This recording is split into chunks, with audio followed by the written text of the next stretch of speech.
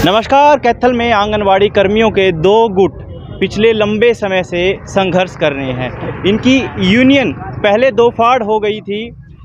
अगर मैं जिक्र करूं, मैं फ़िलहाल राज्य मंत्री कमलेश ढांडा के घर के बाहर हूं। यहां कमला देवरा कल भी आमरण अनशन पर बैठी थी और आज भी उनका आमरण अनशन है और उनका मांग है कि जब तक उनको टर्मिनेट से बहाल नहीं किया जाता तब तक वो यहीं आमरण अनशन पर बैठी रहेंगी। लेकिन आज जब दूसरी यूनियन को उनकी टीस आई तो एक बहन दूसरी बहन का ब्यौरा लेने आई है।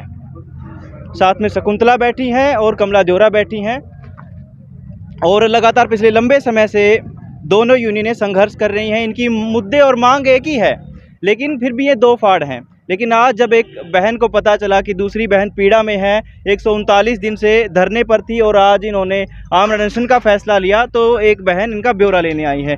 तो क्या हम इसको, शकुंतला जी, तो क्या हम ये माने कि अब आपकी यूनियन ने इनको समर्थन दे दिया है या आप व्यक्तिगत तौर पर आई हैं? आज देखो ये है कि यूनियन बेशक अलग अलग हैं, चाहे रोडवेज की बात है, चाहे बिजली डिपार्टमेंट की बात है, चाहे अध्यापकों की बात है। देखो यूनियन तो पता नहीं किसकी कितनी है, लेकिन मांग मुद्दे सबके एक हैं। और इस बात के लिए मैं व्यक्तिगत भी कह रही हूँ और यूनियन की तरफ से भी कह रही हूँ कि हम जो है मंत्री के आवास के सामने एक, चाहे बेशक दूसरी यूनियन की नेता हो, लेकिन आज आमरण अनशन तक की नौबत आ गई है। इस पे सरकार को जो है सोच विचार करना चाहिए। जो बेटी बचाओ बेटी पढ़ाओ के नारे लगाती है सरकार, और आज खुद हरियाणा की एक बेटी उनके आवास के सामने अपनी मौत को गले लगाने के लिए उनके आवास पे बैठी। और मांग क्या है कि खुद मंत्री जी ने आश्वासन दे रखा है, अधिकारियों ने आश्वासन दे रखा है कि आपको बहाल कर दिया जाएगा। तो बहाल करने में कितनी देर लगती है? 2 लाइन टाइप करके ही तो देनी है कि जाओ आपको बहाल कर दिया। लेकिन ऐसा लगता है कि ये जानबूझ के एक तमाशा ज़रूर मंत्री जी करवा रहे हैं।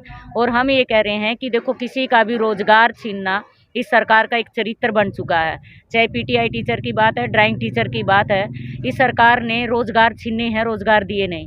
और हम जो है ये मांग करते हैं कि जो मंत्री जी ने आश्वासन दिया था उन साथी को जो है तुरंत प्रभाव से बहाल कर दिया जाए और करना चाहिए। हमारी तालमेल कमेटी स्टेट लेवल पे बनी है 3 यूनियन की, यूटीयूसी, सीआईटीयू से संबंधित हमारी यूनियन, छोटा गहलावत की यूनियन, जो 8 दिसंबर से तालाबंद हड़ताल पे गई हैं।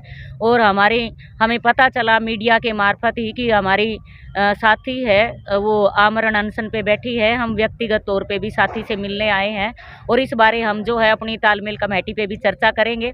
और इससे पहले भी हमारी सीआईटी से संबंधित यूनियन 12 अगस्त को, 17 अगस्त को आंदोलन के दौरान हमने अपने मांग पत्र के अंदर मांग तक दर्ज की है कि चाहे वो दर्ज पर्चे हैं उनको कैंसिल करने की बात हो, चाहे जो रोज़गार छीना है उनकी रोज़गारी की बहाली की बात हो। पहले भी इस मुद्दे को उठाते आए हैं, आगे भी उठाएंगे। हम तो इस तरीके से जो है व्यक्तिगत तौर पे भी साथी का पता लेने आए थे। आपको नहीं लगता क्योंकि आपके मांग और मुद्दे एक हैं तो आपको एक होकर, संगठित होकर आंदोलन करना चाहिए इस चीज़ को? बिल्कुल, ये सच्चाई है कि मांग मुद्दे एक हैं, लेकिन मैं आपको अभी भी बता रही थी कि तालमेल कमेटी स्टेट लेवल पे आज भी 8 दिसंबर से जो हड़ताल शुरू हुई है, 3 यूनियनों ने हड़ताल शुरू की है, उनका भी एक तालमेल बना है राज्य के स्तर पे। इसी तरीके से हमने प्रयास किए हैं कई बार राज्य स्तर पे कि कोई तालमेल कमेटी बन जाए, लेकिन उसमें विफल रहे कई तरीके से। और हम तो आज भी कह रहे हैं कि 3 यूनियन हड़ताल पे हैं, तो राज्य में जो एक यूनियन है वो भी हड़ताल में शामिल हो, आंदोलनों में शामिल हो। मांग मुद्दे एक हैं।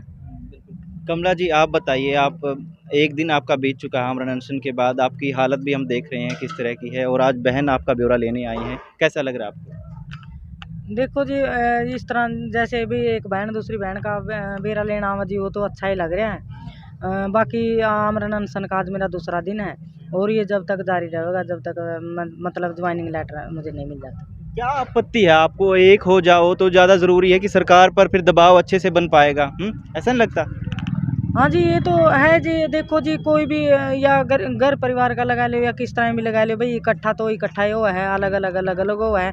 जे इकट्ठे होकर लड़ेंगे तो सरकार पर ज़्यादा दबाव बनेगा, और जे अलग अलग होकर लड़ेंगे, अपने मांग मुद्दों को लेकर चलेंगे तो सरकार इसका फ़ायदा उठाएगा। जैसे कि अब उठा रहा है सरकार हो या विभाग हो, कोई भी इसका फ़ायदा उठाने की कोशिश करेगा। बिल्कुल, आपके बीच तमाम आरोप प्रत्यारोप का दौर भी चला था, तो दिक्कत कहाँ आ रही है? कौन सी तकनीकी दिक्कत आ रही है कि आप एक नहीं हो पा रहे? ऐसा है, देखो मैं पहले भी बोल चुकी हूँ कि बहुत सारे डिपार्टमेंट ऐसे हैं जहाँ पर अलग अलग यूनियनें हैं, और इसी तरीके से आंगनवाड़ी की भी कोई कैथल ज़िले में नहीं, पूरे हरियाणा के अंदर 4 यूनियन हैं, और व्यक्तिगत आपस में कोई किसी की लड़ाई नहीं है, और ना होनी चाहिए व्यक्तिगत लड़ाइयाँ। सांगठनिक कुछ पे चढ़ जाते हैं आपस में, वो जो है ऊपर बैठ के ही सेटिंग होती हैं। यूनियन के लीडरशिप जो है, अगर मतभेद हैं कोई, वो आपस में बैठ के ही दूर होते हैं। व्यक्तिगत ना कभी कमला की शकुंतला से लड़ाई रही, ना शकुंतला की कमला से कभी लड़ाई रही है, और ना है आज भी हमारी कोई व्यक्तिगत लड़ाइयाँ नहीं हैं। ठीक है, अब भविष्य में क्या रणनीति देखते हैं आप? हाँ, भविष्य में तो मैं पहले ही बोल चुकी हूँ कि तालमेल कमेटी का जो भी फैसला होगा उसको हम मान्य करेंगे। व्यक्तिगत तो हम देखो कोई भी फैसला लागू नहीं कर सकते, हम बंधे हुए लोग हैं, सांगठनिक जो समझ बनती है उसी पे कार्य करते हैं। संगठन की अपनी एक मजबूरियां हैं, और सांगठनिक मजबूरियों को देखते हुए तालमेल बन पाएगा या नहीं, वो भविष्य के गर्भ में है। कैमरा सहयोगी अजय के साथ मैं अजय कुमार, कैथल टीवी।